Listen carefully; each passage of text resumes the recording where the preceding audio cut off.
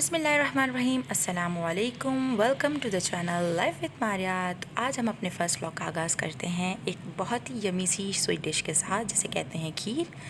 तो इसे देखने से पहले काइंडली मेरे चैनल को लाइक करें, सब्सक्राइब करें और अपने फ्रेंड्स एंड फैमिली के साथ ज़रूर शेयर करें। तो आइए देखते हैं हमें किन किन चीज़ों की ज़रूरत होगी।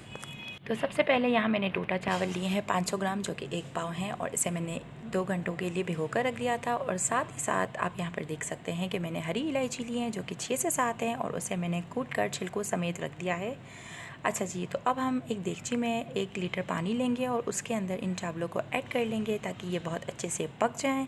और साथ ही साथ हम इसमें इलायची पाउडर भी डाल देंगे और इनको अच्छे से मिक्स करेंगे। अच्छा जी, तो प्यारे व्यूअर्स, आप देख सकते हैं कि ये दोनों चीज़ों को मैंने बहुत अच्छे से मिक्स कर दिया है और मैं अब इन्हें 1 घंटे के लिए पकने के लिए छोड़ दूँगी।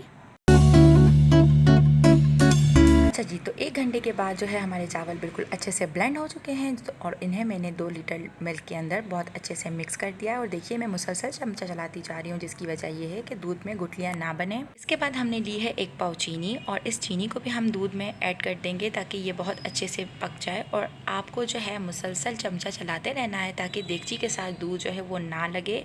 और इसे हम कम से कम भी जो है 3 घंटे तक पकाते रहेंगे हल्की आंच। 3 घंटे मुसलसल पकने के बाद हमारी खीर बहुत ज़्यादा गाढ़ी हो जाएगी, और जब वो ठंडी हो जाएगी तो उस स्टेज पर हम इसमें खोया ऐड कर लेंगे, जो कि है 500 ग्राम, आप देख सकते हैं। और तब भी हमें चमचा चलाते रहना है ताकि यहाँ पर भी गुठलियाँ ना बने। आप चाहें तो इस स्टेज पर जो है खीर में केवड़ा एसेंस भी यूज़ कर सकते हैं, लेकिन मैं यहाँ यूज़ नहीं करूँगी, जिसकी वजह ये है कि उससे यूज़ करने के बाद जो है वो प्याज की शिद्दत में बहुत ज़्यादा इजाफा हो जाता है। आइए देखते हैं हमारी रेसिपी का फाइनल लुक किस तरीके का है। तो गाइस, मेरी रेसिपी को ज़रूर ट्राई कीजिएगा। मिलते हैं आपसे नेक्स्ट वीडियो में, तब तक अपना बहुत ख्याल रखिएगा, मुझे अपनी दुआओं में याद रखिएगा। अल्लाह हाफिज़।